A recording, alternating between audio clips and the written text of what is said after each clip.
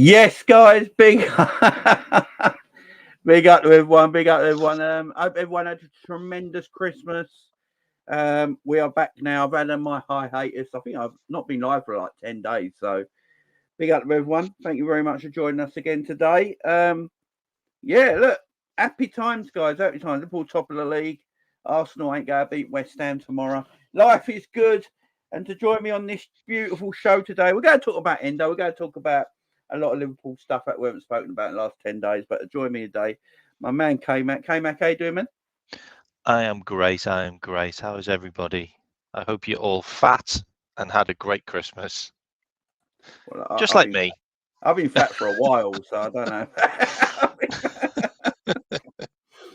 I've had about 8 roast dinners in the last couple of days.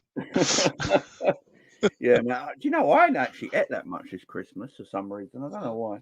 I've not even eaten that much. I've been quite good. Although I ate a shitload of trifle last night. I ain't go. Oh, nice. I didn't have many puddings. That's a good point. No, I ate a load of trifle last night. Loads. Big up there, one chat. Freezy, Psychedelic, Red for Life, Russell, King from Vase Flowers. Tower, is it? Fat Macalister. Colin in birthday today, by the way.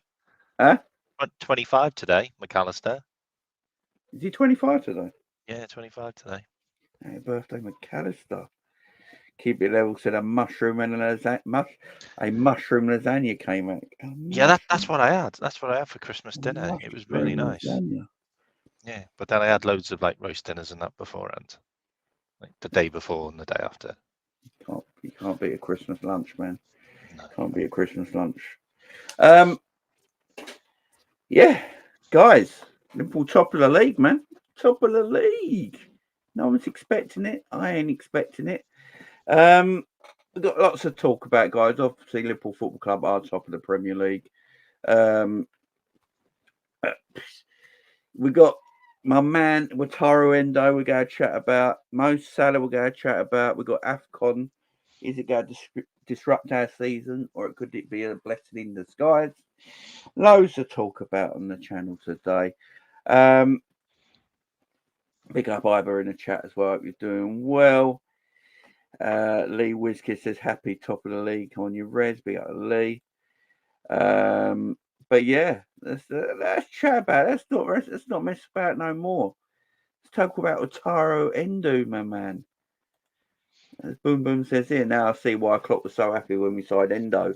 And as Klopp said in his press match interview after the game yesterday, post-match interview, he said that Endo is now getting up to speed in the game and he's doing really well, but unfortunately we're going to lose him now till February. It's a shame ain't it came out because he is starting to, it looks like he's starting to find his way into our team now and what we need to do, ain't he? It is. He's the first player under Klopp to play 5 games in 13 days. So Klopp got massive trust in him. He obviously came out and said that he pushed really, really hard to get this guy and had to go against the board to make sure this was a sanctioned transfer. It's not a coincidence. Like, we've got 8 clean sheets in 17 games that Endo's played. Like, it's not a coincidence. Like, we're getting more out of games, and Virgil van Dijk is looking so much more under less stress because he can just sit there and Endo can kind of mop up in front of him, and anything else that gets past he can deal with. But it's the fact that he's that insulation, which means that our players can then play the diagonals and the long balls, and that's why Trent's getting more passes out to the wings. That's why that's why you've got the likes of Virgil van Dijk and Quansah just in the last game. They had more passes in those 3 players than the whole of the Burnley team, because you've got that insulation there. He's a really good player. I mean, every game he almost scores as well. Like, in every game he almost scores a goal, because he has a pop, which is brilliant. Like, it's a shame we're going to miss him, but hopefully we got Macalister back, so that could just be a straight fit back in. But who knows? Like we might even buy a DM, but I don't think that's going to happen now. No, I mean, look, I think left. I think I saw a stat that we've only taken 4 shots at our goal in the last few games or something like that as well, like on target or something like that. That's a good point. Arsenal didn't have a shot on target in the whole of the first half Yeah. of our game, and Burnley didn't have any shots on target. I definitely see us. I don't know what it is. The last 2 games, I think we've been a bit. We've definitely been a bit better defensively. We have definitely been a bit better defensively. There's no doubt about that. Look, we always go concede chances. As in the Burnley game yesterday, I don't think it matters who's our DM. It looks like we're always going to concede chances. So, because it's the risk we play with that risk. But the team want to play with that chaoticness. So, the DM we get in just has got to wither that down a little bit. But I think Endo's been good, and it's like everyone says. One thing I do like about Wataru Endo is that he passes the ball forward a heck of a lot. He's progressive. And if we've been listening to Klopp all season, like I keep telling everyone, listen to what Jurgen says he wants from his number 6. He wants a number 6 that's progressive with the ball.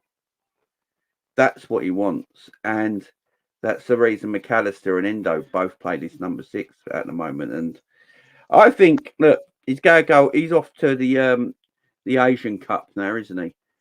And he's with Japan, and they're probably going to go to they're more likely got every chance to go all the way. So Endo could not be back till February. How much of a miss is Endo going to be? I think he's going to be quite a big miss, if I'm honest. We've got that double legger with Fulham as well. And we probably lose him for Newcastle. Will we lose him for City or City in Feb? Sorry, Arsenal. Or was Arsenal in Feb? Arsenal game is the 7th of February, I think. Okay, so he'll be back for that. Have we got City? We haven't got City, have we? Can't remember when we've got City. No, I think it's 6 games. So it'll be him and Salah. It's going to be interesting because I feel like, I mean, Thiago could be back as well. That's a really good point. Like people are writing that in the chat. Like Thiago just goes straight in there, then doesn't he? He just fits back into the team there. I mean that and Endo probably will never get back in the team if Thiago doesn't get injured, because he's the perfect player to put there. But I don't know. Like it's hard to say because we've still been winning games, like whether he was there or not, if that makes sense. Yeah. It's just we haven't been conceding those early goals when he's been playing. When he's been playing, we haven't really gone a goal down like early. I haven't looked at that stat yet, but I don't think he's been in the team when we've conceded so many early goals. No. There's probably been a couple. I know Palace. He was in the team when we conceded the early goal, but and obviously Arsenal as well. But I'm not sure there's been that many other games. But yeah, Maka or Thiago come straight back in for me. Yeah, I agree. And what it has done, K-Mac, it's gave us better balance in that midfield. Yeah, it has. We've got more balance in that midfield now where we can keep the ball. Where we play with this high line, high counter press, we take risks in the way we play. But we're now keeping the ball, I think, a lot better. I think our possession rate has gone up higher since Endo's been in the team for a longer period of time. We're keeping hold of the ball better. We're actually creating more chances than we did before Endo was in the team. Our problem is not Endo's not the issue why we're not scoring. We're going to talk about the forwards later. But, I think he's done a sublime job. Look, there's a bit of me that thinks our best midfield 3 at the moment, it might be Endo as a DM, Macalister on the left of him, and Szoboszlai on the right of him. I mean, that's a fair point. I still think our best midfield 3 has got Curtis Jones in it. Yeah, Curtis I just think he gives you so much balance. You got to be fair to Curtis, he's doing well, man. I just think he gives you so much balance. But but it's hard to not say that Macalister's not being good and Dom's. I mean, Dom's good. Dom's good when Gravenberch isn't there, and Dom's good when either Trent's not there or Salah's not there for some reason. Like that right hand side, Dom just can't get involved if those two are playing. I don't know why. It's an interesting one. I think when the AFCON, when Salah goes to the AFCON, I think Dom just turns into this monster. And I also think Elliot might get a lease of life as well and might flourish. I hope so, because it's going to be tough without Salah, because he scores such vital goals. Yeah, he really does. That's very true. It's very true. But with Endo missing now till February, more likely, because he is playing for Japan, who probably going to make probably favourites for the Asian Cup. I would have thought. Did they win it? Did they win the last one? I can't remember. I've never been. I ain't gonna lie. I've never been interested in the Asian Cup because we had no Asian players. It's either them. It's either them or who's the team that Stom plays for? South Korea or Australia? They're the only teams I can think of. They're the three, aren't they? Might be any good. I think Japan are probably going to do a madness. So he's going to be out till February. But the good news is apparently Thiago's back in training, which is good to hear. You got Curtis Jones playing really well at the moment. Harvey Elliott playing really well at the moment. Macalister is probably, I think Klopp said he's going to be back pretty soon. He should be back for the Arsenal FA Cup game. So that's good news. That's good news. Yeah. We're starting to get players now in this midfield area. I know there's a lot of shouts for Liverpool need a DM in January. Liverpool need a DM in January. Liverpool need a DM in January. That was the shout since the summer transfer window opened, shut. And I was one of the only people I know, I think me and K-Mag agree, that I said we didn't need another DM. We don't need a DM. That's not our problem right now. And I had content creators going at me, no, you need a DM in January. You go and get this DM in January. You probably go win the Premier League. And now I hear football content creators everywhere saying now the midfield for Liverpool ain't actually the issue. Endo's doing a good job in there now. You got Macalister doing a good job in there. You got Szoboszlai, you got Harvey Elliott, you got Curtis Jones, you got Thiago coming back. Then you got Stefan Setic coming back. Your midfield ain't actually the issue. It's the forward line. And I got slagged off continuously since the window shut about not needing a DM. And I think sometimes what we got to do is trust the process a little bit. No one knew who Wataru Endo was. Like, none of us can pretend we like. Some people might have known little bits of him, but let's face it, when we signed him, it was always shocked, like, who? What we done here? But he's someone Jurgen rates, and rates highly. We know this from day one because his debut was against Newcastle when Liverpool had 10 men. So he threw him in. So he trusts him. He rates him. He likes him.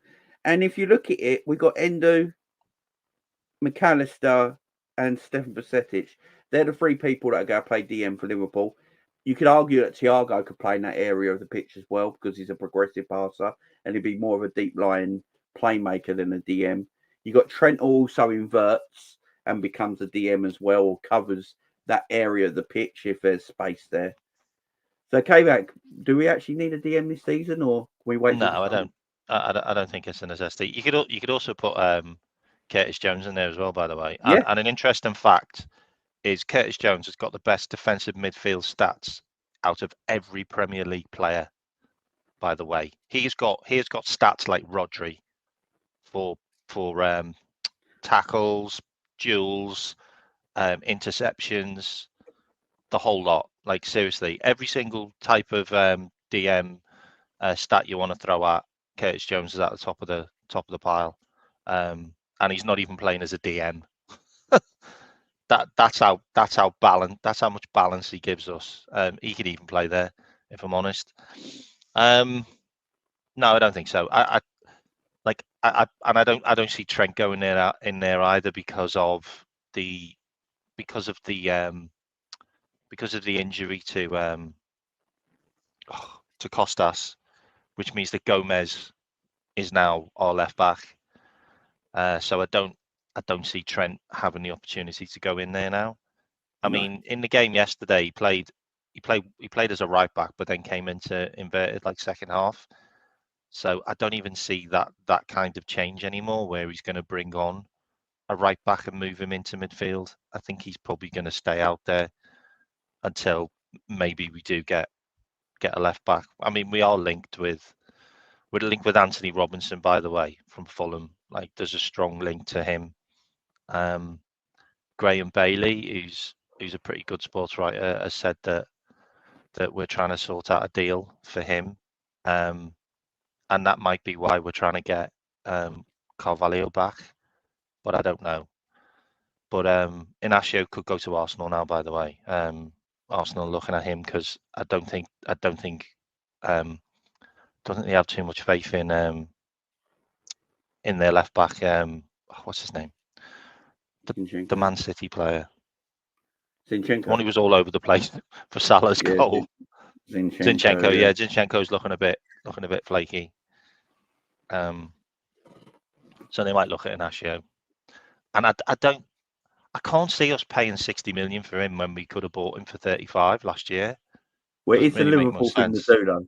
It just doesn't make any sense why we'd want to get ripped off. It's the Liverpool thing to do. It is a Liverpool thing. We you're should right. have bought him then, and now we're going to buy him now. You're right. You are right. Yeah. Big up Gang D. Defo miss Endo. Great natural DMs. Good win yesterday, but need consistency, especially with end product in the final third. Until Rams are fall short of the league title, that's a big point. What we're going to do, Gang D, we're going to talk about the forward line in a minute, because we do seriously have a chat about that. But yeah, I agree with you. Endo is going to be a miss. You can see the difference. He's a better player than people give him credit for. Yes, he might not be as strong and imposing as a Declan Rice, and no one's saying that's just. But he's good on the ball. He's progressive with the ball. Sometimes he makes a lot of fouls, and as long as he don't get booked, I'm actually all right with them fouls, because if you look at a lot of the good DMs in Europe and in our league, they always make sneaky fouls. They stop counter attacks. They pull shirts. They pull arms. Look at Rodri. Rodri is the master of that foul and getting away with it. He's the master of it. How many times you see City getting countered on, and Rodri pulls an arm or pulls a shirt and stops that counter, and then somehow doesn't get booked? He's a master of it. He does that about 10 times a game. I'll tell you what, though, Man City would be worse without him. I know. So you need that sort of player in there. I don't mind it. And then don't get stuck in. I've seen him going in some crunching tackles. He basically set up the second goal with that tackle. Yeah, it was a. He got to the ball first. He committed, got to the ball first. Big tackle. And from there, he almost gave him a goal in the 88th minute. So I will say that was a bad pass. But I let him off on that, because I think that's the worst thing he's done. That was a terrible cross-field ball. Yeah, that was bad, man. That was bad. But he's done a lot of good so far. He's got majority of his yellow cards professional fouling, because someone's cocked up and he's had to take the yellow. He's also been booked quite a few times early on and still managed to play his game all the way through, which is something which Fabinho was amazing at, of getting a yellow early and still, stay and people might shoot me down here, but Endo does give me Fabinho vibes. Yeah, in a way.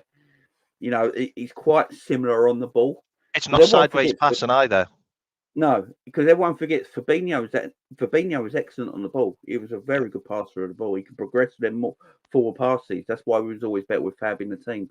He does give me elements of that Fabinho on the ball. So I understand why. I absolutely understand now why Jurgen Klopp was really looking at him, because he's got them elements that Klopp wants in his player in that position. And people might not like him. People might never be settled on Endo, and I'm fine with it. But he's been a lot. I think it's because he's not a big name, mate. It's because he's not a big name. But guess what? He is a big name Asian player. He is. Like Yeah. he is so well known in Asia. He's the Japanese captain. You know, he is a big name in Asia. It's just he's not a big name to us. You know, we're a little bit naive like that, if I'm honest. Like, and you have to look at some of the players that we've got. Like no one thought that Mo Salah would be the 10th best Premier League ever goal scorer now, and fifth in our all-time goal scoring lists at Liverpool when we signed him for what 26, 27 million or something from Roma. Like no one knew that he would be that big. So you have to give Klopp a bit of credit on some of these signings, because we just wouldn't know that they were going to be as big as they are. But you know, Jimmy Milner, Klopp signed him when he was 30. He was absolutely brilliant for us for 6 Yeah, years. legend for us. There's no reason why Endo can't be the same. And he's not got millions of miles in his legs. He's not. No, this is the thing. He's a young 30-year-old. He's a young 30-year-old. I think if he was 24, I think people would be like, "Oh, you know, he's this already. He's only going to get better." But Endo is what Endo is. Yeah, he's not the strongest. He's not the quickest. We know this, but he can defend. He's comfortable in that DM area. He's now played against big teams as well, and just Burnley yesterday. I thought he shone really bright against Arsenal. I actually don't think there was much between him and Declan Rice. I thought they were both excellent in that game. I thought he was better than Declan Rice, by the way. I thought they were both excellent in that game, and he stood up. For Endo, he's standing up against big teams now. So I think he's, as Klopp said, he's found his legs. He knows what I want from him now, and unfortunately, I'm going to lose him now till February. So you can see Klopp was a bit upset with that, but there's nothing he can do. But look, let's talk about defenders. So the Arsenal game, because I didn't do any preview or review for the Arsenal game because it was Christmas time. It was all about family. That's why I weren't around. But because I haven't spoke about the Arsenal game, I just want to talk about it quickly. I thought it was a tremendous game of football. I thought both teams tried to win the game. But what it showed me at the end of the day is that Arsenal and Liverpool arguably have the two best defences in the country right now. You know, Saliba and Gabriel put on a masterclass. Canate and Virgil put on a masterclass. Them centre backs in that game were unreal. Canate literally, I've not seen anyone deal with Martinelli the way Canate dealt with him. He just like you over there, little man. he just loves a battle, doesn't he? Canate. Yeah. We just won't have that many, unfortunately. No. But we're not going to play Arsenal's every single game. They were just superb in that game. Just superb. Virgil and Saliba. Canate will have incredible games like that because it's a Canate style game. But you play him against Burnley, he's not needed for that. You know what I mean? Yeah. He's not needed for some of those games. He's needed for your Arsenals and your Man Cities and your Chelseas and your Tottenhams. You know, those games where he's going to have a battle. Like he's going to have teams that are going to go for us. But low block teams, which is like 80% of the Premier League against us, it's just not going to have those games. But he was absolutely incredible. I think single-handedly, he probably took he probably took Jesus and Martinelli out of the game. If I'm honest, it was tremendous. But I've got to say, Virgil van Dijk and Saliba are head and shoulders. I can't have this conversation, mate. He's not even doing his shoelaces yet. I do like Saliba. Saliba's not doing Virgil's shoelaces yet until he's like won league titles and played like 300 games. You know what I mean? Yeah, I get what you mean. I get what you mean. Not in the same conversation yet. In the league at the moment, I think Saliba and Virgil are the two best in the league at the moment. But I just think that personally, I just think they're the two best, Virgil and Saliba. Yeah, they are. They're outshining everyone right now. They're just juggernauts, and Virgil getting back to his best. It's good to see. He looks a colossus once again. People are now fearing running at him yet again. You know, he's just he just. I just love that guy. He looks tremendous. But there is a centre back we need to chat about who played yesterday. He's played a lot of Europa League games. So I can't believe how young he is. But Jarrell Quansah, 20. It, 20. He's my God, he's a talent. Saliba, how old Saliba? Is Saliba 22? I think Saliba's 22. Yeah, 22. Quansah in 2 years' time, with like 25 games a season under his belt. You're looking at a player on par with Saliba. Saliba really was are. loaned out at the same age. You really are. He's not even getting loaned out. He's playing Premier League football. Like, seriously. Saliba was loaned out.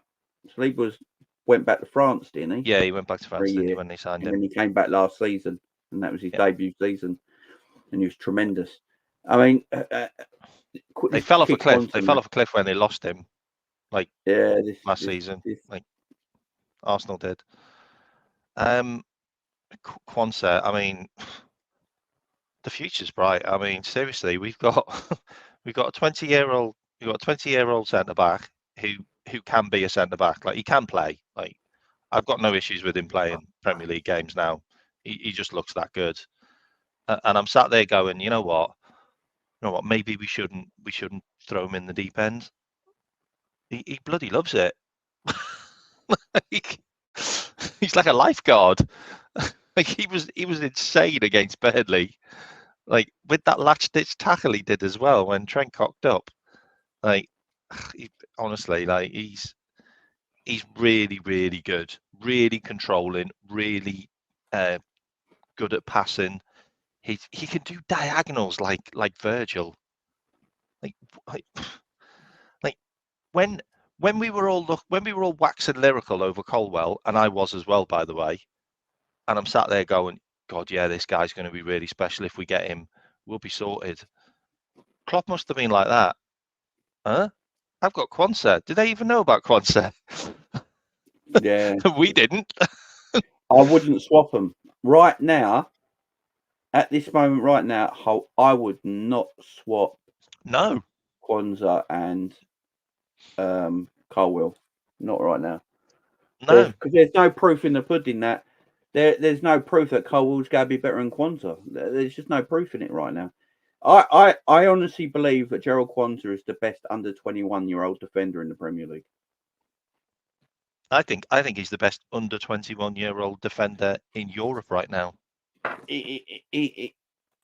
I'll tell you what happens as well. I'll tell you a good thing. Quansah's playing alongside Virgil, right? And Virgil was just rating him yesterday. Just saying how good he is. He couldn't believe it. You know, and Quansah's going, this is why I sometimes don't think the loan system works. It did work for him, though. He got a loan last year, didn't he? To yeah, but I wouldn't loan him was it now. Was it like Southend or Millwall? Oh, Bristol Rovers.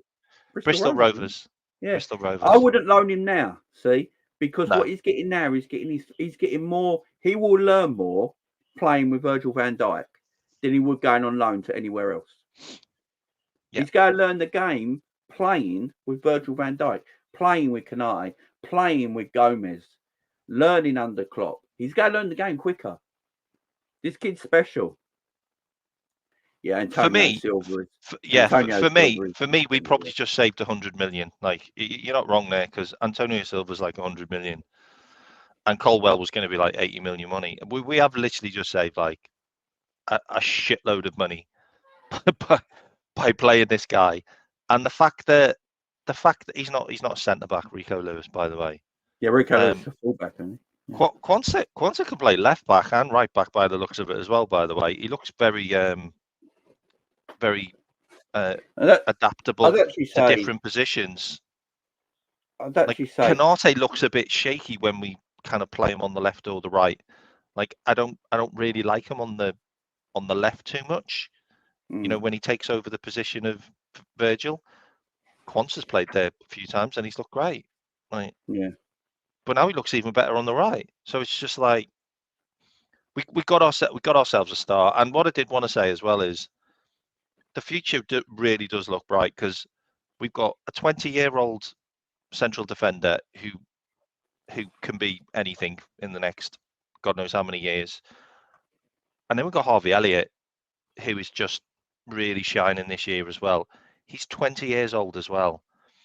And then you've got this midfield of like 21-year-old Gravenberch, 22-year-old Curtis Jones, 25-year-old Macalister, 23-year-old Dominic Szoboszlai, like, 18-year-old Stefan Bajcetic. Like, seriously, like, and I haven't even touched on like some of the others, like Owen Beck, who's having a really good season, Tyler Morton, who's having a good loan. Like, there's a lot of young players. Bobby Clark is another one as well, by the way. This just popped up in the chat. A lot of young players at Liverpool who like they're going to get a chance under Klopp. Canate's 24. It's fantastic. It's I think fantastic to see. I think the way look, with Jarrell Quansah, we've got to be careful with him, obviously, because he's a young lad.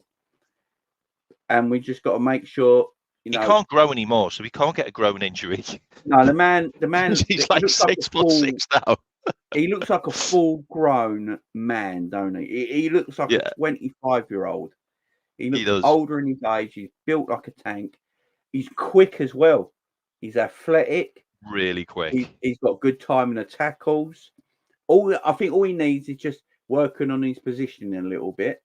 Because I look at things like the goal against West Ham, that, if he squared up a little bit, I don't think Jarrod Bowen scores that goal. He gave him a little bit of an angle, but you learn that. And the penalty against Palace as well, like, things 20. like that. Yeah, he's 20, and he'll learn that as he plays, especially when he's playing with Virgil and stuff like that. He'll only get better.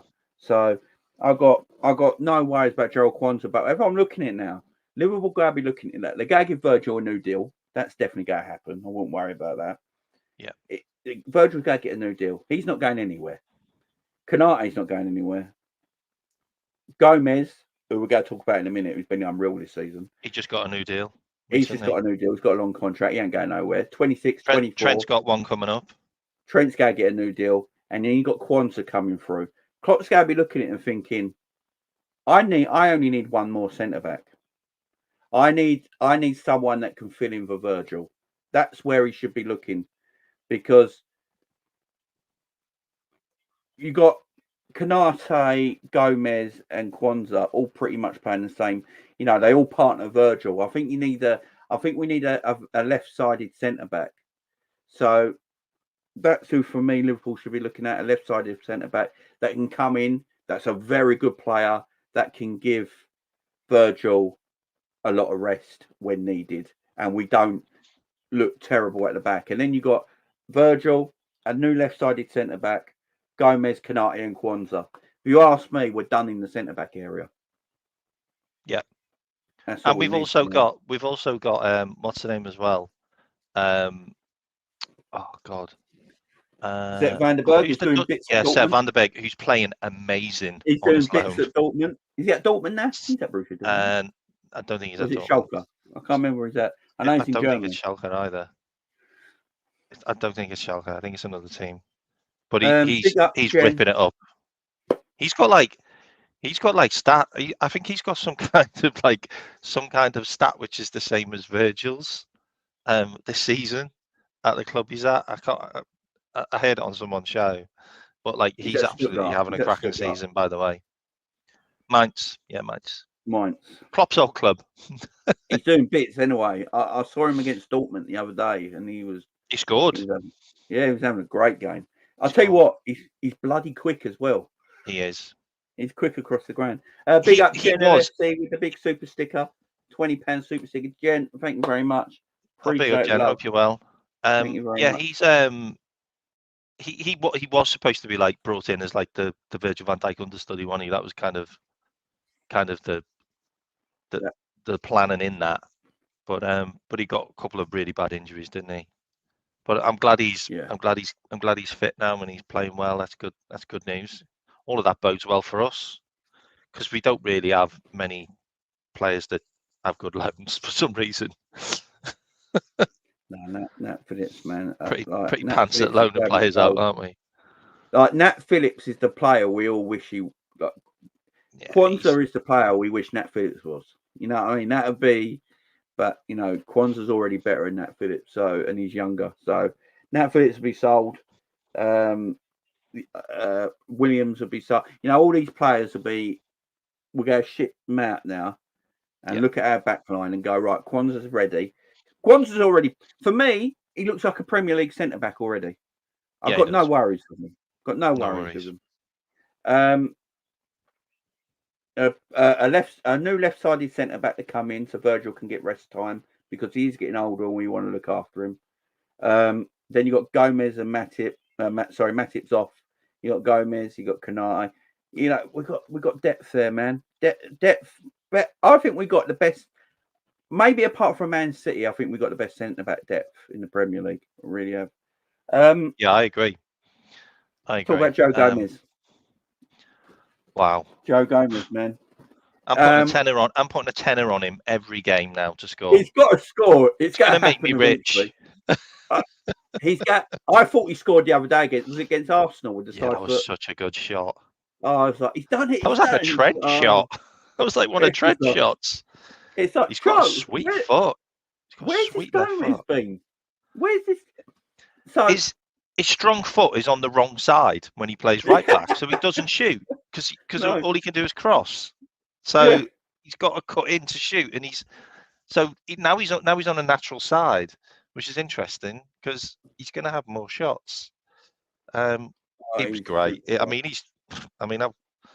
I was really like, oh my god, like, you know, Robinson's out and it doesn't look like we're replacing him, and then obviously Costas is out now, but you know, Gomez is there. Costas has been good, by the way. Like I've got to give Costas some flowers. Like, he has been good, but he doesn't provide enough in the final third, and that's what I think Gomez does. Gomez has got more interchange, like he can pass it more through the lines. That's something that he's good at in defence anyway. I always thought that was one of his good traits. So I think that's going to be really good, and also the fact that he can just fill in as a centre back, like when we're out of position, or you know, when we've got people coming at us. You know, the way Robbo was too far forward, Costas was too far forward. Gomez has got that ability to realise, I need to push into the centre back position, and he can be the left-sided centre back. I think having him could be a blessing in disguise for the rest of the season, because he's going to stumble across something which is really going to work for us now with Gomez, and it doesn't mean he has to rush Robbo back. Because at the moment, I feel like he's rushing Jota back, because I don't think he was supposed to play Jota in that game. Like, the medical staff said, don't play him, and he still did. I know he scored, but if he got bloody injured, then it would have been another game that we rushed another player back too soon. Yeah. But yeah, I'm absolutely fine with Gomez, and also the fact that, you know, Chambers can maybe come in every now and again now, and he doesn't get thrown into the deep end as a kid.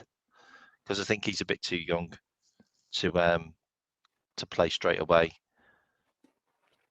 And they've all just signed new contracts, by the way. Chambers, who's the guy? Who's the guy on the other side? It's not Barkley. What's his name? Who's the right-sided backup we've got? Connor Bradley. Bradley signed a new contract. Bobby Clark signed a new contract. All these guys have just signed new contracts. So, the club believe in him, man. The club believes in him. I think people like Connor Bradley and Clark will get their games as well. I do think Bradley's looked okay. He just looks a bit rash. Yeah, great on the ball. He looked great on the ball going forward as well, by the way. Yeah, I mean, he looks. The word coming out of the club is that they really rate this kid. That's why they wanted him timed down. I think Doak's going to be out for the season, if I'm honest. Like, someone wrote Doak, but I think he's out for the season. That's a nasty injury. Yeah, Doak. Meniscus on the knee, in it. Yeah, and I think Doak needs to go on loan next season as well. I think he needs a loan deal. But no, Gomez, he's played right back this season. Looked good. Plays left back, flexible. a little bit uncomfortable, but still looks good. Plays centre back, looks good. This is just an all-round defender. I don't think that gets the credit he deserves. He's a bloody good defender, and he's still got pace. After all the injuries this man has had, he's still got pace and can get back. And he's only 26. He's not even in his I know. prime. He's not even in his That's what I'm prime. saying. No, Not he's even in 24. defender prime. 26. And if we get a defender around the age of 22, 23 on that left-sided centre-back cover for Virgil, look at the future. You know what I mean? It's just, that's what Liverpool should be looking at. That's what they should be going to the market for, in my opinion. But Gomez has been tremendous. Virgil's been tremendous. Quansah's coming through, looking so good. You know, he's going to be rash. Like, there's going to be games where Quansah plays, he makes a mistake. It's going to happen because he's a 20-year-old kid who was playing for Bristol Rovers last year. You know, so it's, you know, the growing he must have done in the last 12 months must be amazing because when I watch him play, do you remember his first 2 games? He came on when we were on 10 men. They were his first 2 games. Yeah. He looked brought on when we went down to 10 men. And he looked comfortable. That was his debut. His debut was at home to Bournemouth when we went down to 10 men. Oh man. Big up Footy Judge Mo in the house as well. Hope you're doing well, my friend. I'm not blaming guys, Quansah for that Jarrod Bowen goal, by the way. That game was dead and buried. Everyone was up the other end of the pitch. He was on his own. Yeah, he was on his own. Big up Footy Judge Mo. Go and subscribe to Mo's channel if you've not already. Big up Mo. You're doing well, my friend. Yeah, that West Ham game, because I haven't done any videos in a while. I did the West Ham game. I wouldn't be surprised if Jarrod Bowen ended up at Liverpool after the West Ham games recently. Well, the way Klopp spoke scores about against him, us. the way Klopp spoke, I've been speaking. Always scores against us. If people know my things, I've been talking about Bowen for a couple of years now. I think he's a very, very talented footballer. He's a Harry's perfect not in the England replacement. team. Harry's not in the England team. I have no Madness. But the problem Madness, is, mate. the problem is with Jarrod Bowen. Trafford, isn't he? Keeps on playing Trafford. West Ham are not stupid. He's going to cost money. He's English. You got that English tax. He's going to cost you 80 million, probably.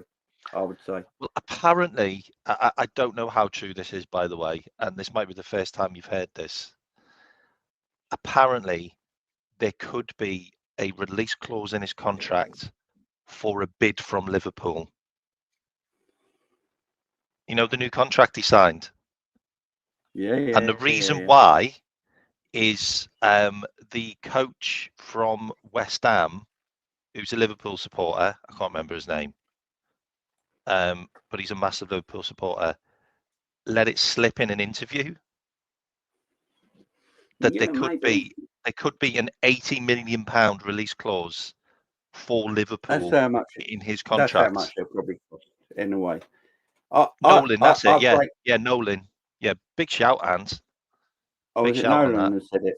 Kevin Nolan. Apparently. I don't know how true it is, but it's a release clause for Liverpool only, which is mad because that means that we've been sniffing. I think we've been looking at him for a while. I think there's been a lot of talk about Liverpool trying to get a player like Jarrod Bowen. I think Liverpool have always spoke to him. Look, but I think the problem is that, you know, Bowen's favourite position is off the right, and obviously that's where Mo plays. So he's never going to out muscle Mo at that position. But for West Ham now, he plays through the middle, and I believe Kudus plays David on Moyes the right has always now. said that he wanted Jarrod Bowen as his main striker for years. He's always wanted him as a main striker. And look, we'll see. What is he? Is he the top English goal scorer this season? Englishman?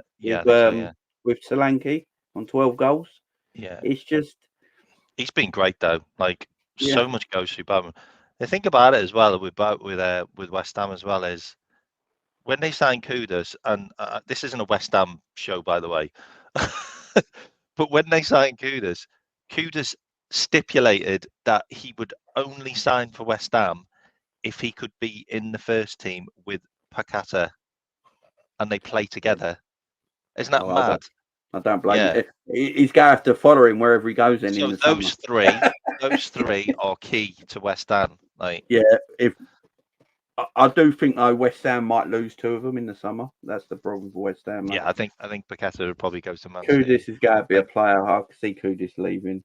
Paqueta, if that gambling allegation is dead in the water now, I see City coming back in for him. If that's dead in the water, they'll get him in Jan. Yeah, I think they might too. I think City need him. Look, City have got a must-win game today. They got Everton tonight, ain't they? At 7. They have got a must-win game. The pressure is actually on City now. Last season, there weren't as much Everton's pressure. their bogey team, mate. Yeah, and it's Everton away. It is. And Everton, since Everton's a bogey team for Man City. Everton have been playing well, man. Everton have been playing well. I think Everton. It's going to be an interesting game. It's a must-win game as well. Big up DJ. Big up you.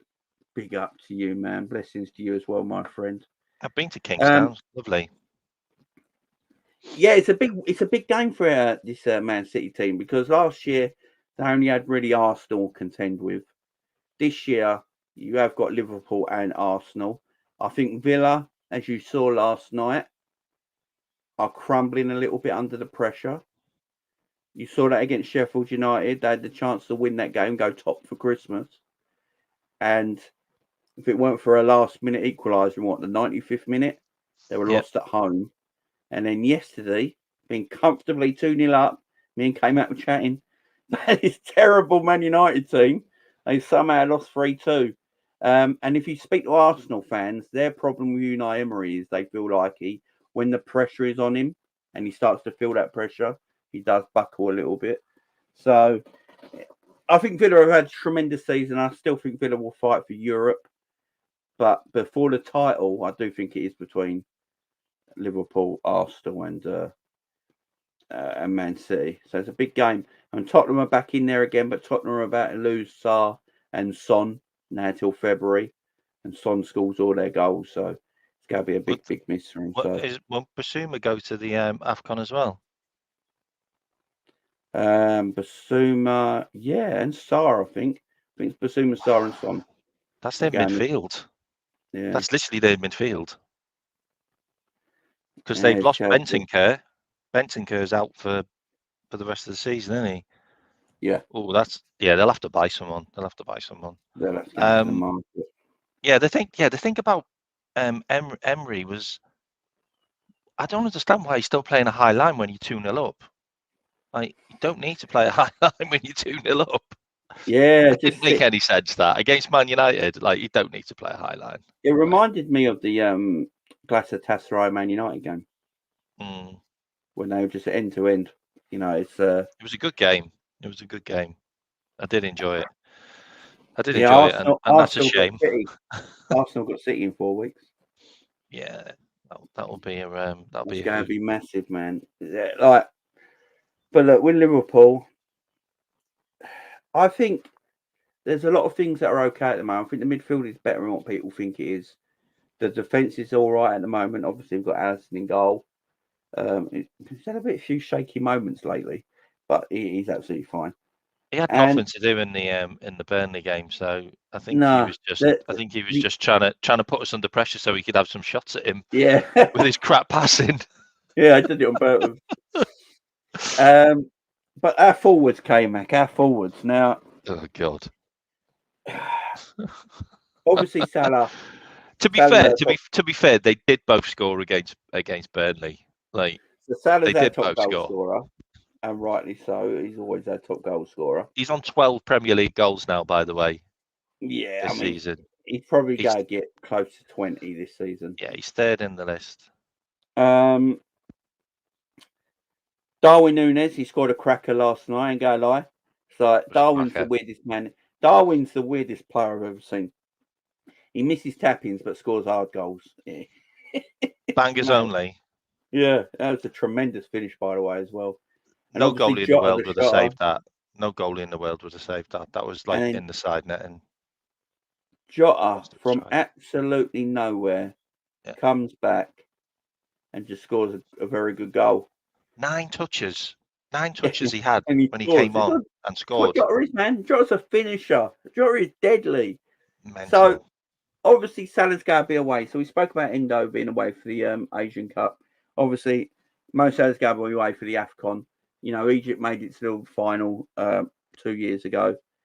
I don't think there's the same kind of thing that they feel like Egypt will get as far this time around. If he gets to the final, he's going to miss 7 games. If he gets to the quarterfinals, I think he misses 4 games, and 2 of them are Premier League because we've got that little winter break in the middle of January, haven't we? So it might not be the end of the world. But yeah, Mo Salah. No Mo Salah for the next few games, K-Mac. Darwin scored, Jota scored, and Gakpo has been playing the last couple of games. Now, I've been saying this with Gakpo for time now. I think Liverpool are always better in that forward line when Darwin's not the focal point. You know, when Darwin doesn't have to be the focal point and Gakpo's more of the focal point, it allows Darwin to play more of his natural game, I suppose. What do you think we're going to do with the forward line while Salah's away, came out? Because you got Gakpo there, you got Jota there, you got Darwin there, and you got Luis Diaz, who we've got to talk about as well. I feel that Salah probably got to a stage where, like recently, he's been really poor, in play. Like, he's not been passing the ball much because he just doesn't trust his other strikers because they just haven't been scoring and they've missed loads of chances. Playing Nunez on the left kind of reinvigorated him a bit, if I'm honest. And I like the fact that when we play him and Gakpo, they can both dovetail left and centre. Gakpo was brilliant yesterday. Like, he really was. Like, he was man of the match for me. He scored an absolute worldie. Like, make no bones about it. That was an absolute screamer in the top bin. Like, oh yeah, but VAR. Was. Yeah, what have we done with VAR, by the way? I mean, our biggest challenges this season isn't Man City or Arsenal. It's actually the officials. Like, what have we done it's just bad? so bad. What was, you know, them 2 goals yesterday? Yeah, I've watched them back. I still don't know how they weren't officially goals because Diaz, that you know, that Taylor geezer who went down. He said he was holding his head because he thought he fucked up. Yeah, he did. Well, he did. He weren't asking for a foul. He thought he messed up. He thought he messed up. That's why he went like that. That's why he went like that, because he thought he messed up. He knows he weren't fouled, but for some reason VAR gave a foul. Apparently VAR was saying they know it weren't a foul, but because it weren't enough to overdo the referee, you know, it's not a blatant error by the referee. But although they're agreeing it weren't a foul, I don't know, don't make it a blatant error. But yeah, so they went with the on-field decision. That's what they said. Stay with your on-field decision. But they knew it was a foul. It wasn't a foul. And then the Salah one. So this Salah one is crazy because when he went to the VAR, when he went to the monitor watch, the only thing he didn't watch was Salah getting pushed into an offside position. No, he didn't. He didn't watch the actual foul, which could have been a penalty, by the way. It just went like he just shoved him, both hands, shoved him into an offside position, and because of that, Salah weren't purposely putting himself into an offside position. Salah was standing in an onside position. The shot was taken. Salah was pushed into an offside position. I mean, so there's nothing Salah could do. Let's be honest. You could have 3 goalkeepers and they weren't saving that. It was in the side net, and again, both of those goals were just so incredibly good that it makes no difference, like whether the goalie had a disadvantage or not, because he certainly weren't going to save either of them. I mean, for me, for me, like, it just, I don't want to keep on saying there's an agenda, like, because I'm fed up with saying it, but it's just so obvious now. Like, let's be honest, like they hate us. Like, they hate us. They hate us because of Hillsborough. They hate us because we boo the national anthem. They hate us because we're Scousers. They hate us. Okay, that's just what it is. Like, the establishment, don't like Liverpool. We all have to just be honest. Like, they just don't like Liverpool. And the fact that our manager is the only one who seems to open his mouth and say the things that need to be said. Like, and he called out VAR. They all got demoted. They all got their names in public. Everybody knows who they are, who fucked up. And now VAR don't even look at our decisions anymore. Didn't look at the Arsenal one. You know that, don't you? Yeah. Didn't look at Well, the they Arsenal apologised for penalty. that, didn't they?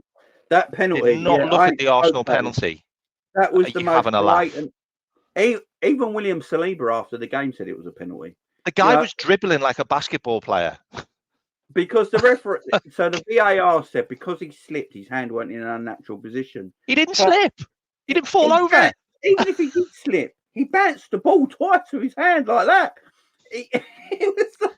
You know what, though? You know what, as well? It's a pivotal moment in the game where they go a man down, because that's his second yellow card, by the way, and we get a penalty and go a goal up. Sorry, and is it a goal up or the equaliser? It's the equaliser. I can't remember now. Or was it 2-1? I think it's 2-1.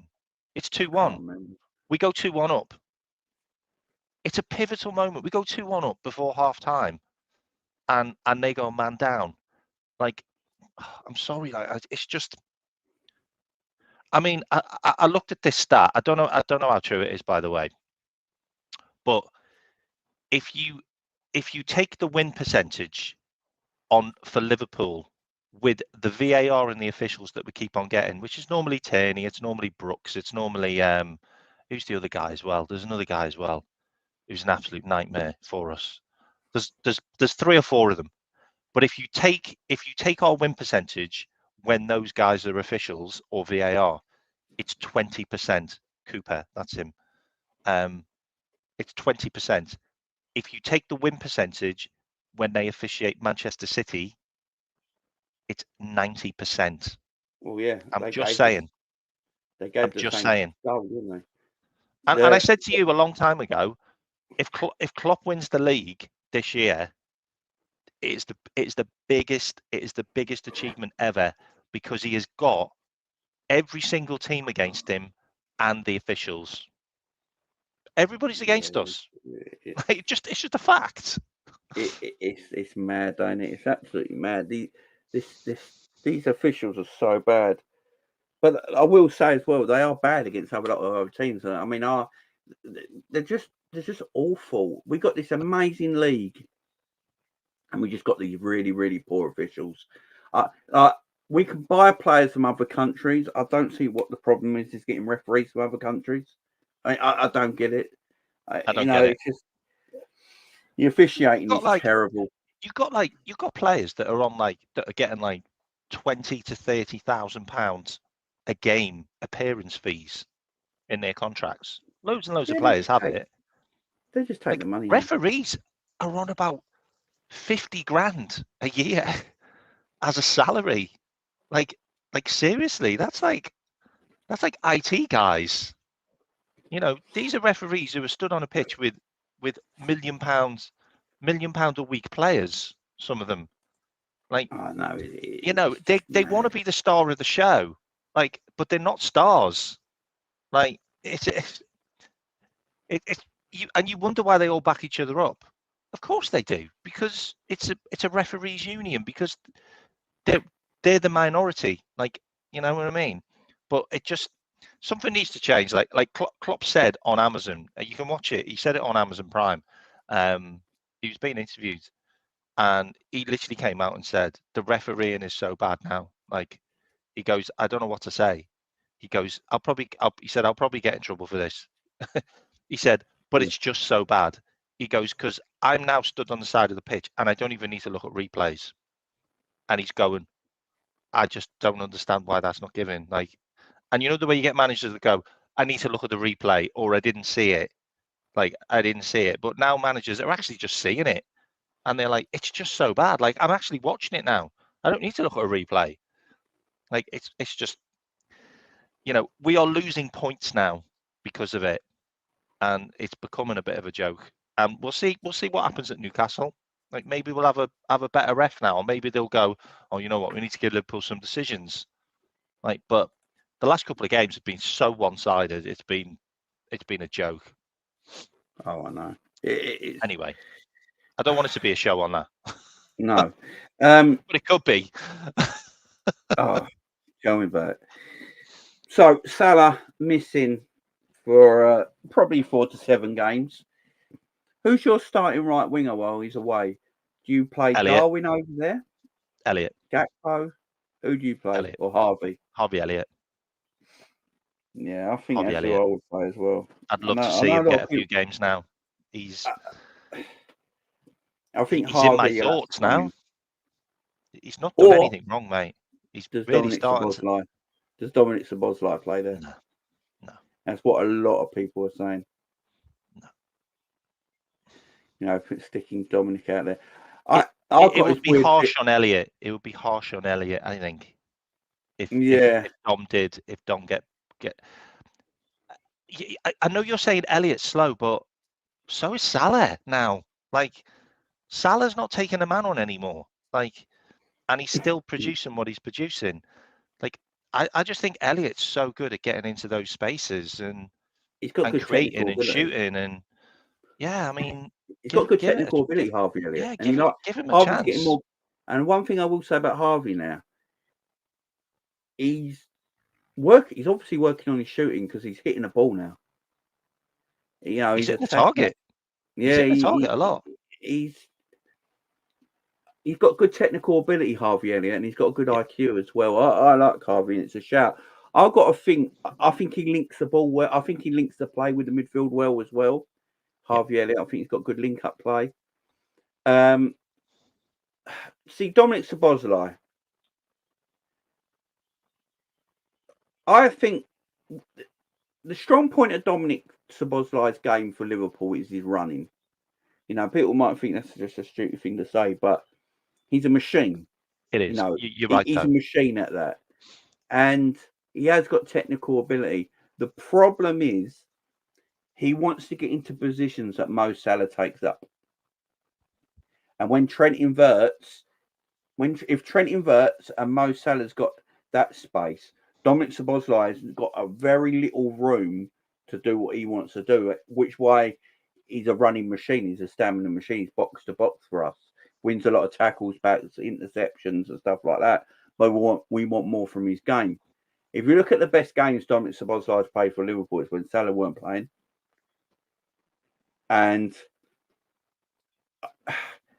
I think Dominic Szoboszlai will come alive more while Salah's not here. I've got this weird thing with Mo, right? I've got this weird thing with Mo Salah, this season. And it's really hard to talk about Mo Salah because people come back at you with his goals and assists, which I'm all for. But I don't know about everyone in the chat, but sometimes I feel like Mo Salah stops our play at times. You know, when we have nice build-up play, and we give the ball to Mo, and then Mo just gives it away because he tries to take on 4 players or something like that and runs into players, and the ball just gets given away. Or for some reason this season, he's lost his first touch. You know, and the ball just flies off his foot. It's happened quite a bit this season, but then he gets 12 goals and 7 assists. So I can't slag him off. You know what I mean? But build-up play-wise, I think Mo sometimes stops the build-up in games sometimes. But then, like Mo last night, I thought Mo's build-up play was terrible last night. But then he has that shot with the outside of his foot that the keeper pulled off a immaculate save with. And that's Mo. You know, Mo will do that. No one else in our team will do what Mo does.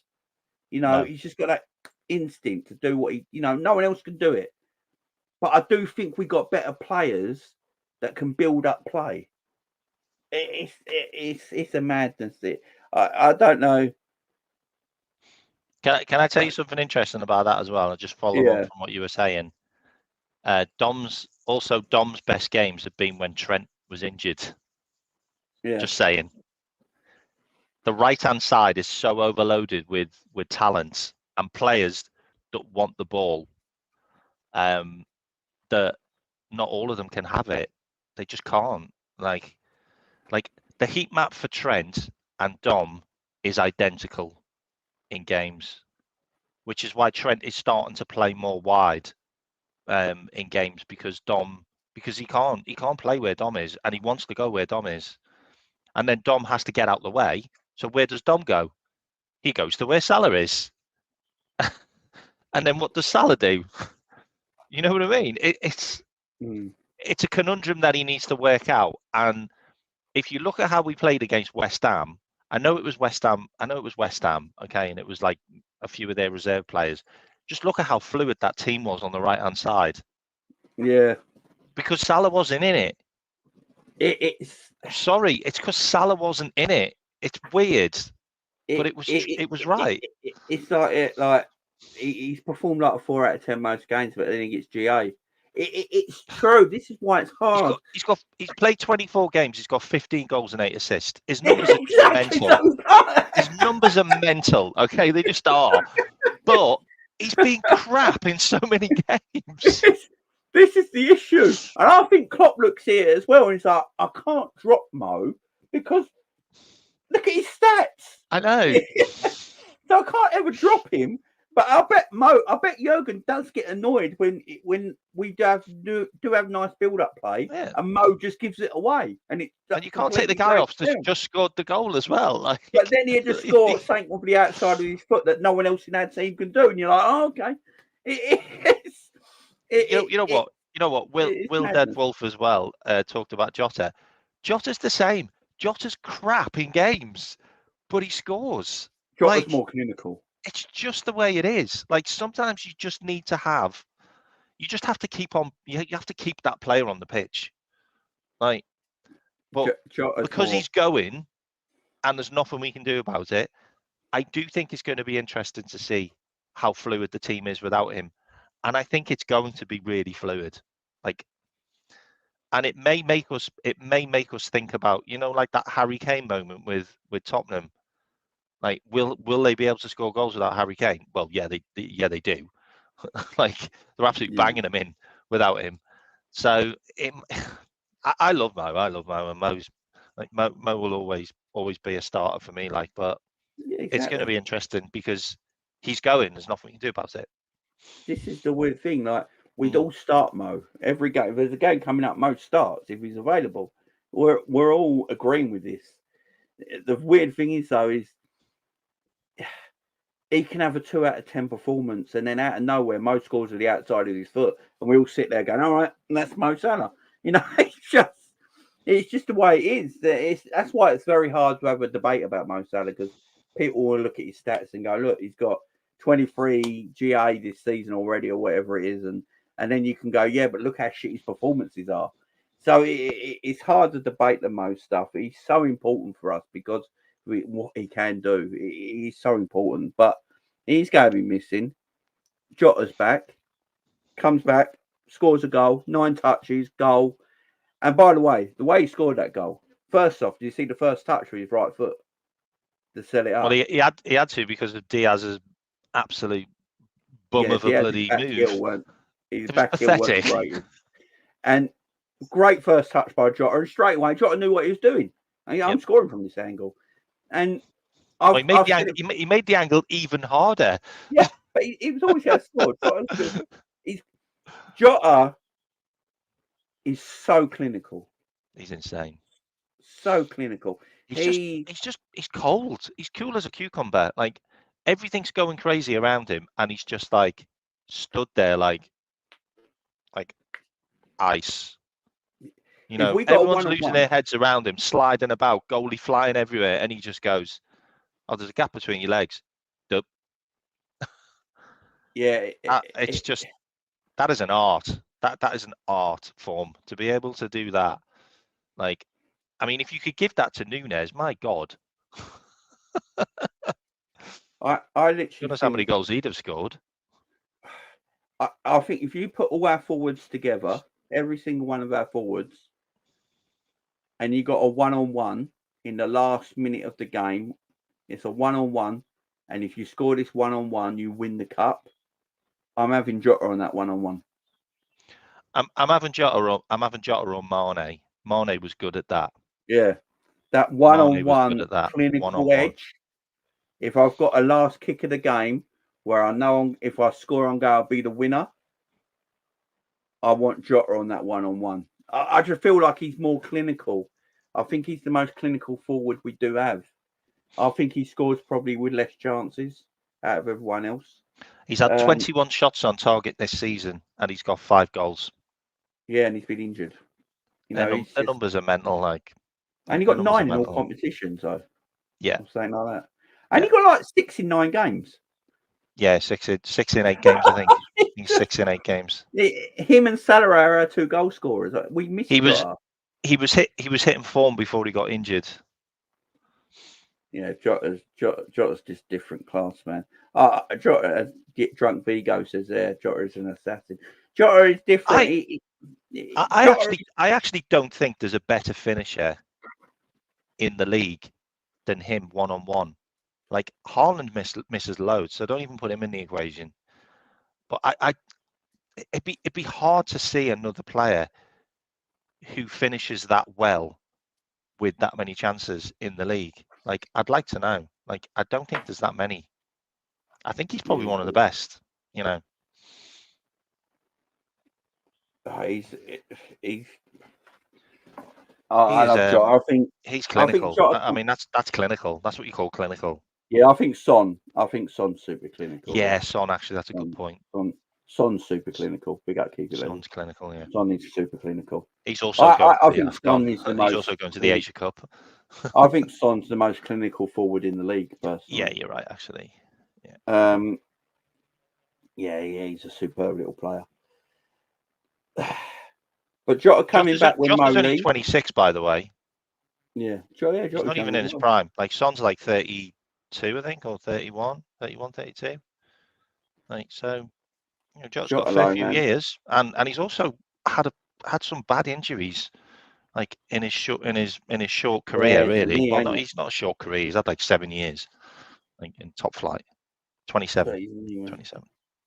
Jota's coming to his time now, where he's got. If he stays fit, you're going to see the best of Diogo Jota now.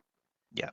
If he stays fit, and Jota coming back when Salah leaves, I think it's a blessing, because one goal scorer leaves and another one comes back, because that's what Jota is. He's a goal scorer.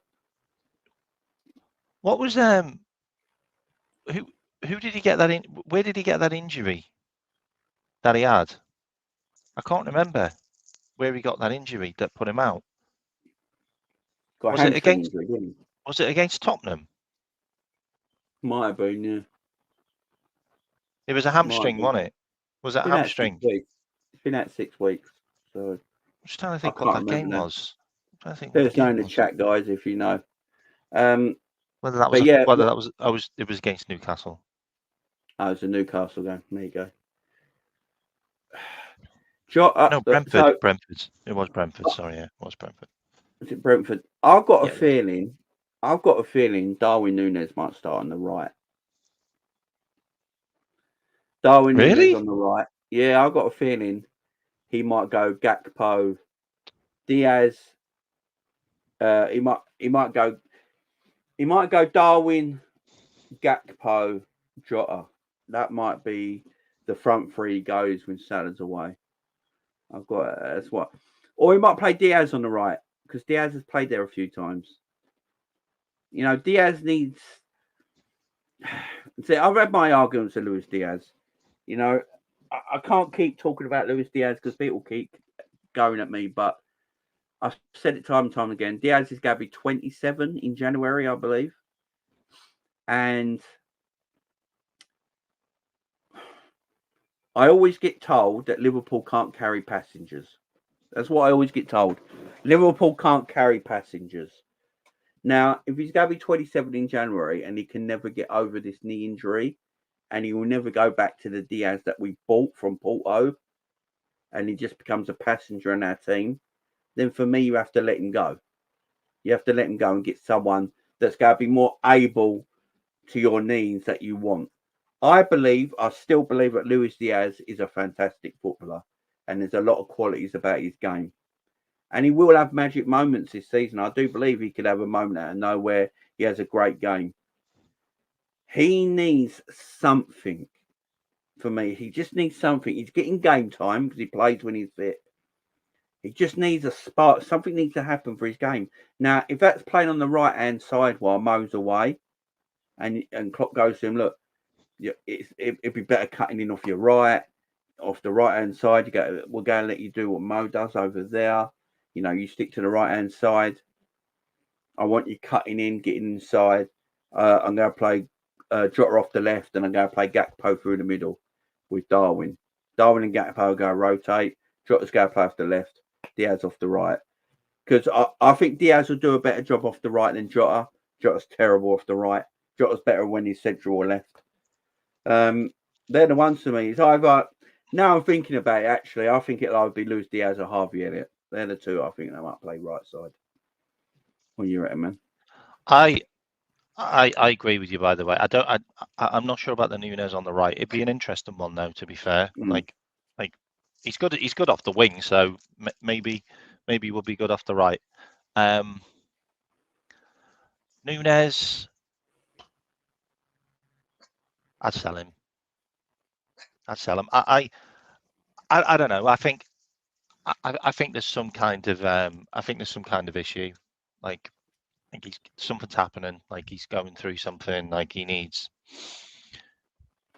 Like I don't know. There's like what happened to him is just it's insane. What happened to him and the fact that his dad's at all the games now. Like maybe he's playing. Maybe he's under too much pressure from his dad. Like his dad's like talking about him going to Barcelona. Like God knows why he's doing that. That's a bit daft. But I don't know. I think maybe we move him on. Like there are talks about us looking at a swap deal with money for Leao from AC Milan, which is interesting. That's come up recently. You've obviously got Saudi Arabia. You've also got like the Barcelona links. Like if we got 80 million for him, 70 million, I'd take it. Like seriously, like as soon as it goes down the left hand side now, it just stops. Like there doesn't seem to be anything there. There's no dribbling. He keeps on cutting inside. Keeps on losing the ball. Like he was on the pitch for like 20 minutes against Burnley. I don't know how many times he lost the ball. Like he had a really great chance, but he tried to cut inside again and got the ball taken off him. And then he nearly cocked up the Jota thing, but he ended up managing to do a little dummy back heel, whatever it was, to him. But he should have took that shot on himself. For me, Klopp's sticking by him, but because he's sticking by him, that means Gakpo isn't getting the chance to play on the left now, like because he's playing, and I feel like Jota would do a better. Gakpo would do a better job on the left, like if he got more chances, because Gakpo plays better when he plays in the team more, because Gakpo's kind of just been played everywhere, like midfield, like left, right, centre, like he's not really got a specific position. And Diaz just plays in one position every single game, and he's not been good at it every single game. So just take him out. Like just take him out. Take him out. Put Gakpo in there. Put Nunez in there. Play Jota down the middle, and then you got Elliott. And I think we'll be golden like for a few games until Salah comes back. Yeah, definitely. I just feel like I feel like this might be a spark to just get Diaz going again, because there is definitely no one can sit here, and anyone in the comments, no one can sit here and say Diaz has been good this year. Diaz is not the Diaz we know. We all know Diaz's quality. There's a player in Diaz. We know the abilities that Luis Diaz has, and at the moment, then that's not there. Now, I've been saying it for time now. If it's his knee, and he's never going to be the player he originally was, the player that Liverpool bought, and it's just because of his knee injury, then you've got to let him go, because you can't carry a passenger. But if he can get back to anywhere near his best, then obviously keep him. I've got no problem with it. I'm perfectly fine with him trying to find that form and become the player he once was. And with Mo Salah out, maybe this is a spark for him. Play on a different side of the pitch. Go and play on the right wing. Go and play on the right wing and do your thing over there. Change it up a little bit. Maybe this is the spark Luis Diaz needs. Because I'm trying to think of who, apart from Harvey Elliott, the only other real person is Luis Diaz. And maybe it's a spark, as I keep saying. Luis Diaz on the right, Gakpo, Jota and Darwin playing the other positions. And we say all of this, and he's just going to play Jota there. I hope he's done it before, and he's done it before, and he was dogs. Like, that's not the position for Jota. Like, the Diaz thing as well. I spoke about this. Like, we did stats on it and that. He's only really had one good season in any league, by the way, and that was in Porto, where he scored. I think he scored 15 goals. Until we signed him. But like, he's not a guy that produces assists. Like, he very rarely gets over 5 in a season. Like, so it's a case of, well, what does he really offer? Like, if he's not scoring goals and he's not assisting, then what are you doing up there? Because you're not doing interchange and play like Bobby Firmino did. Like, so what are you doing up there? Like, he's not a crosser. Like, you've got Gakpo, who's got an unbelievable cross on him, but we never seem to use it because he never gets put on the left. I think Gakpo's only played 2 games on the left-hand side. So, for me, it's and you're absolutely right. Like, we can't have passengers. Like, too many times we lose the ball in his position, and we're all up the other end of the pitch on the right. And we've been broken on a few times now, and teams have broke on us and scored because of the breakdown on the left-hand side because of him. I just feel that, like, I also feel that he hasn't got any kind of connection with Gomez, and he didn't have any with Costas because they hadn't really played. So, is he going to get that relationship with Gomez now? I don't think so. Like, I don't think so. So I feel like, maybe use Nunez now, maybe use Gakpo there. You've got 2 really good players that can play there. But I would like to see Jota play in the middle a bit more now. Like, we need a guy who can score in the middle. Like, a lot of chances get created with the guy in the middle with the team. I think if Jota's fit and available to go, I think Jota just has to play for me because he will score goals if he plays. As I said with Diaz, I think he just needs a spark. Something needs to just happen for him. And I think playing right wing will happen. I mean, after the Arsenal game, there was a sad bit with him. Was it the Arsenal game when he came off and he was crying? So I don't know if Diaz is mentally right at the moment. A lot has happened to him. Obviously the knee injury. He should have been sent on holiday. Like, I don't understand why he wasn't just sent on absence. Yeah, like he had and we've got to remember he had a double knee injury as well. Yeah. Yeah, and double knee injury. So, and then his dad gets kidnapped and his mum gets kidnapped, and we don't know what that's done to him mentally. So this is why I'm giving Diaz all the benefit in the doubt in the world. Yeah. Yeah. But if it carries on into next season, this form, then we have got an issue. There's no doubt about that. That's why I talk about carrying passengers. But I will give him benefit of that because I know he's a quality footballer. I know there's talent there. If this was a player without talent, I'd be like, what are we doing here? But I know there's a player there, and he's still young. He's still in his 20s, so I'm willing to, he's a street baller.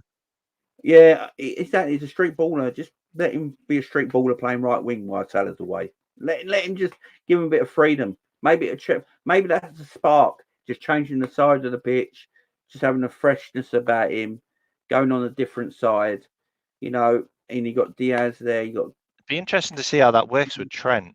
That would be interesting, actually. Yeah, exactly. But he does cut into the middle, so he would literally block, like, clog up the middle on the right hand side, which is a nightmare because that's kind of what happens.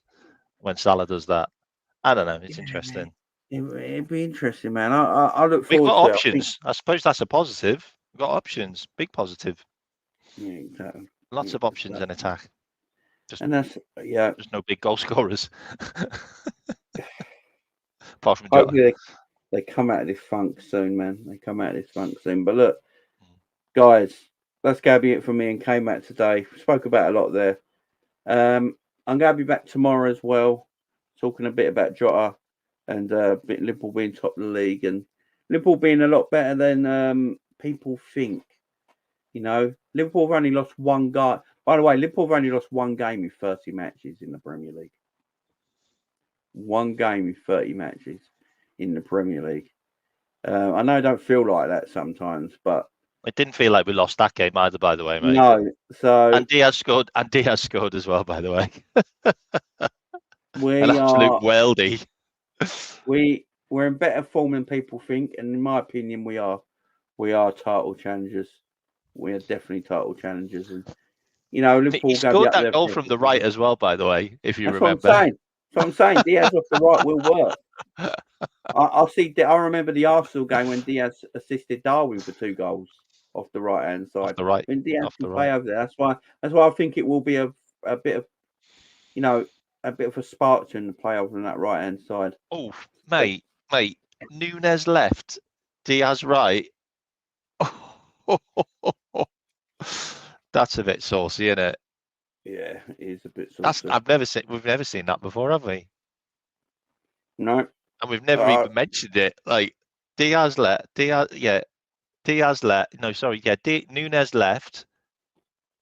right, because Nunez can play left. We all know that. Yeah. And Jota down the middle. Ouch. I actually think Darwin's better off the left. Yeah, no, that's why I said Nunez left. Yeah. No, I said Diaz left by accident because I'm used to saying it. I think Darwin off that left hand side is a different player. Nunez left, Jota in the middle, Diaz right. Yeah, that might be something that can cook. Big up Solo in the chat. Hope you're doing well, mate. Guys, go and subscribe to Solo P1's channel if you've not already. For all your Liverpool and Formula One news, go and subscribe to Solo's channel. If any of them can, go. Link. Daz has put a link to Solo's channel. So go on the link there, guys. That's Solo's channel. Go and check him out. Make sure you go and subscribe to him. Follow every Liverpool community. Big up to Frank in the chat as well. Make sure you go and follow Frank as well. Frank will be on the channel for the FA Cup preview against Arsenal. So next week. So make sure you look out for big old Frankie boy coming on the channel next week. For his first time on the channel for the Arsenal preview. But guys, that's going to be us done. I'll be back tomorrow talking about Liverpool, talking about Diogo Jota, talking about title hunt and how many trophies this club can win. Because I think we're going to have a special season, man. Oh yeah. This one here. I'll do that. Coming. This trophy here is coming back. The Europa League, eh? No, that's the Prem. I'm pointing at. Oh, I thought you were pointing at your Super Cup there. I thought you were pointing at the Super Cup. The look, it's there to be got, man. It's there to be got. Is Ends live or something? Yeah, it might be. Is Ends live? Because I will redirect over to Ends' channel if he's live. Might be. I think he's doing chill zone. Is it? Yeah, I'm on GTV at 8:00 for mid-season review. By the way, if anyone wants to tune in. Are you on G's channel? Yeah. Excellent, guys. You know what we're going to do? I can't find Ends anywhere on my redirect. Guys, just go. Make sure you go and watch Ends' channel if he's live now. For some reason, I can't find him on my redirect. I'll tell you what. What's G's video got called coming out? Hang on, let me. Because I've got G's up. As a mid-season review.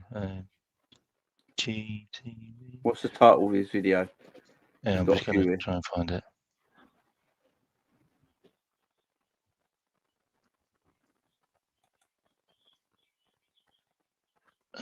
It's called.